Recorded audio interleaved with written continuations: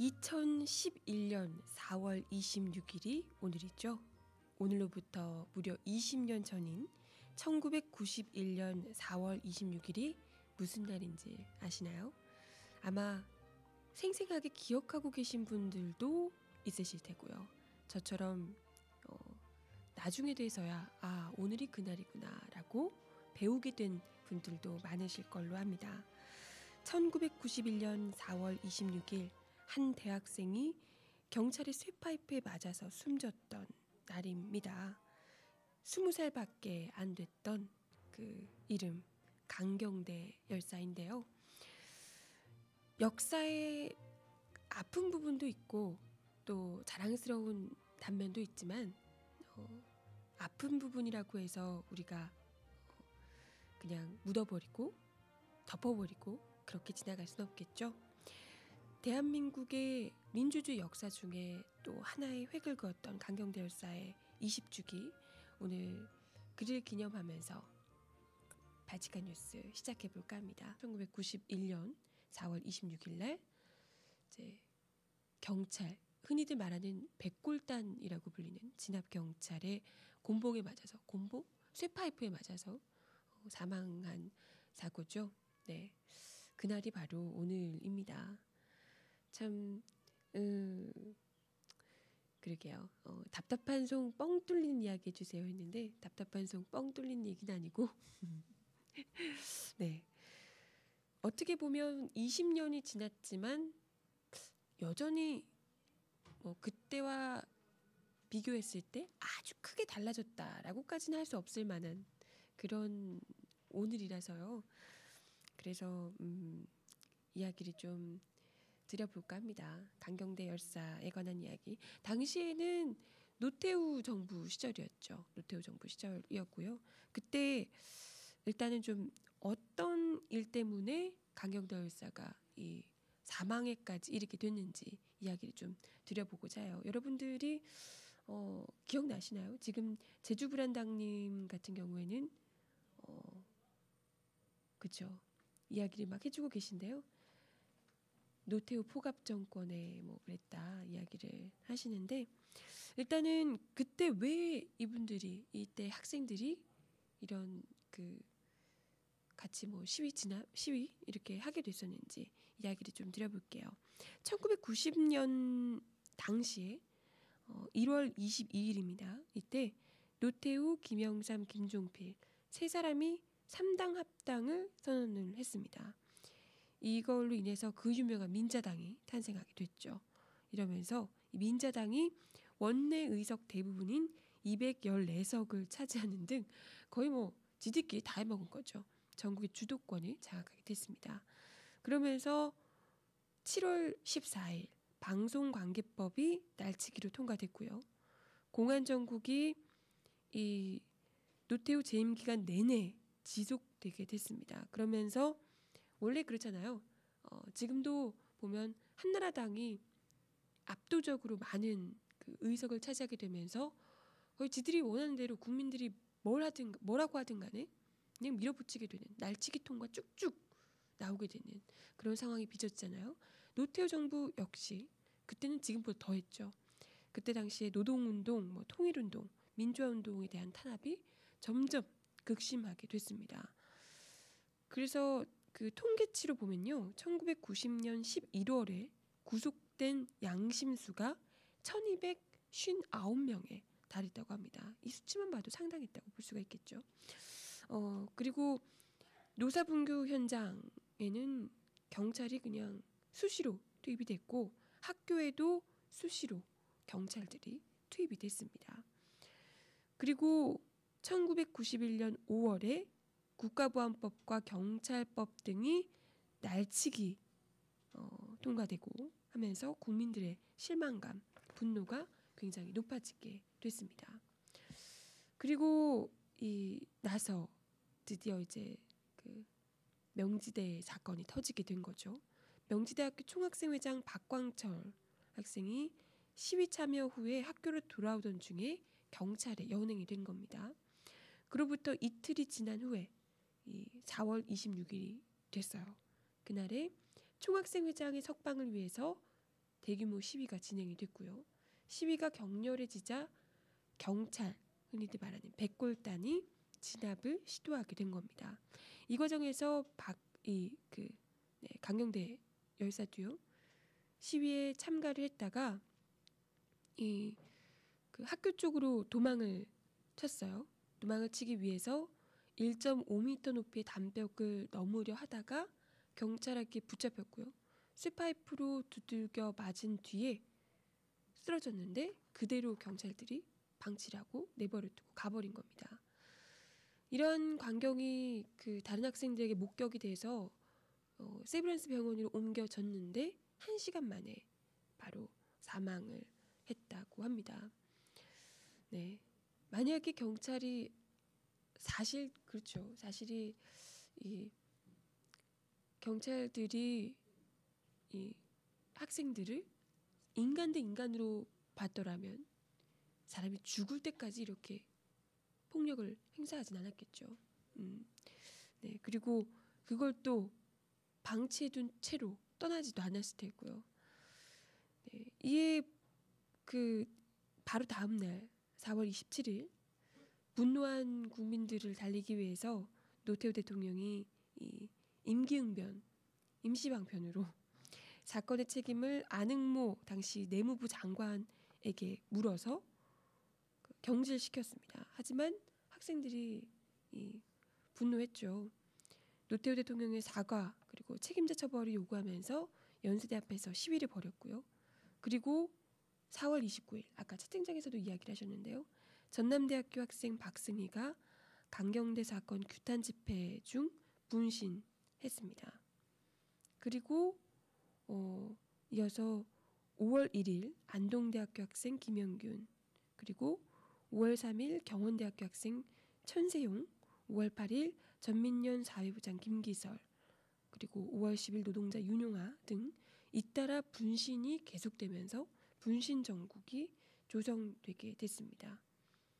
그렇죠. 강경대 그 열사 폭력에 항의하는 시위 도중에 성균관대학교 학생 김기정 열사까지 또 경찰이 사망하는 사고가 있기도 했었죠. 네. 그러면서 초모랑마님 4월 5일까지 10명 정도 분신했다라고 이야기를 하셨는데요. 이 60여일 동안 그때부터 시작해서 한 60여일 동안 분신 또는 의문사 등으로 총 13명이 사망했다고 합니다. 그리고 총 2,361번의 집회가 일어났었다고 하고요. 사실 이게 분신정국이 되면서 이제 뭐 너무나도 어떻게 보면 그 베르테르 효과라고도 볼 수 있는데 분노한 학생들이 더 들고 일어나면서 너도 나도 이제 분노를 참지 못해 분신하게 되는 이런 그 일이 있게 됐죠. 1991년 이 자체가 거의 뭐 참혹한 5월이라고 볼 수 있을 정도로 5월 투쟁 벌어지게 됐습니다.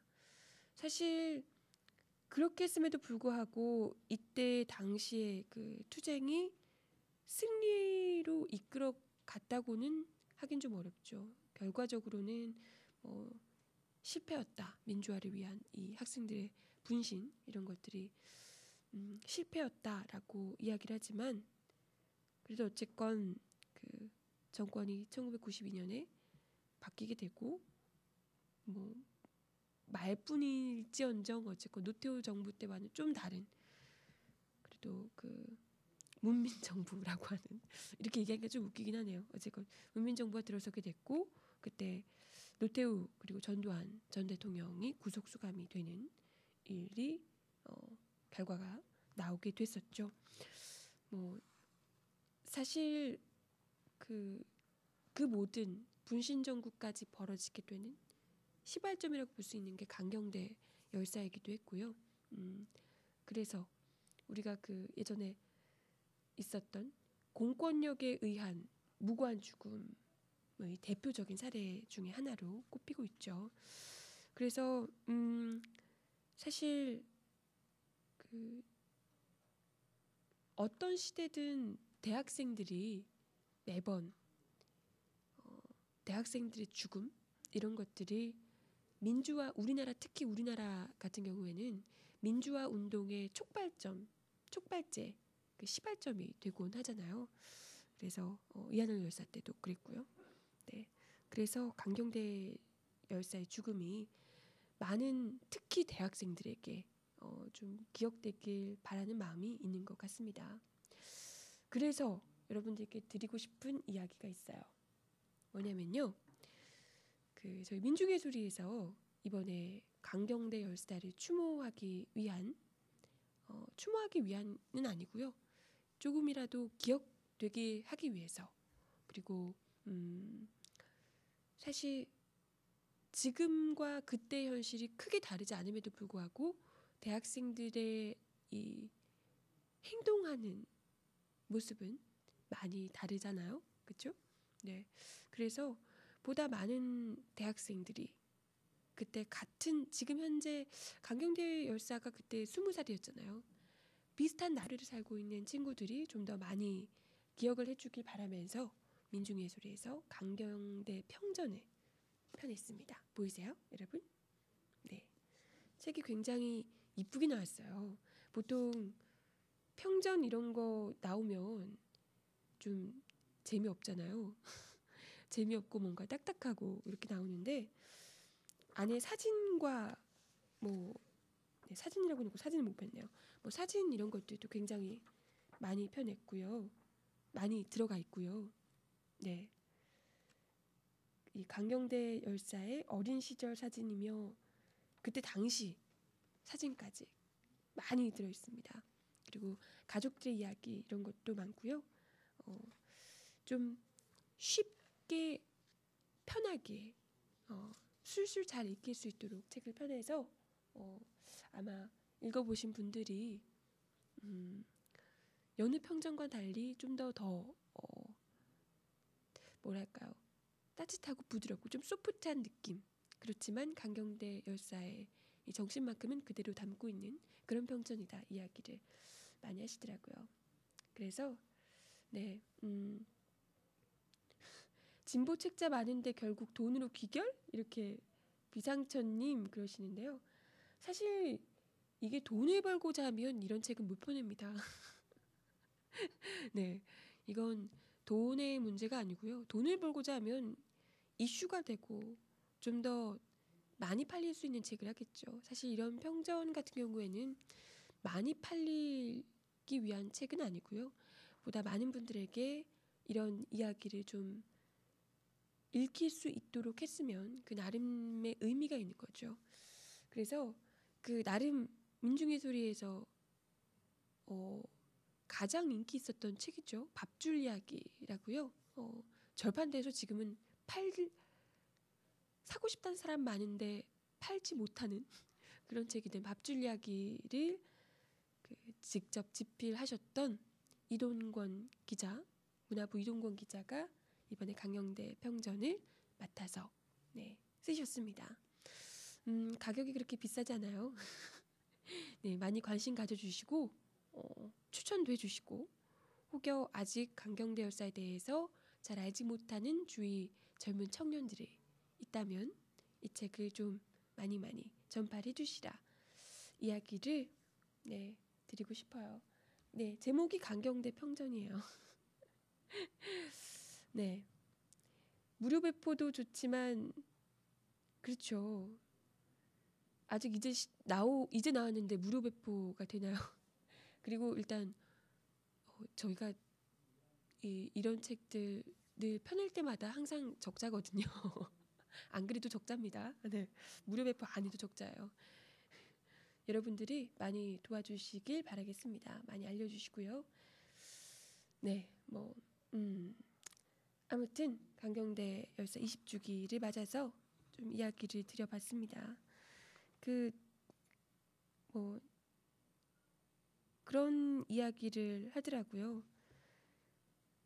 그때 당시에 그때만 해도 동아일보가 좀 제정신이었던 그 당시에 그런 이야기를 하더라고요. 동아일보가 자제력 잃은 공권력 또 살인에 불렀다. 한마디로 우리 사회의 공권력 만능주의식 사고방식이 빚은 예고된 참사였다라고 동아일보가 당시에 썼었습니다.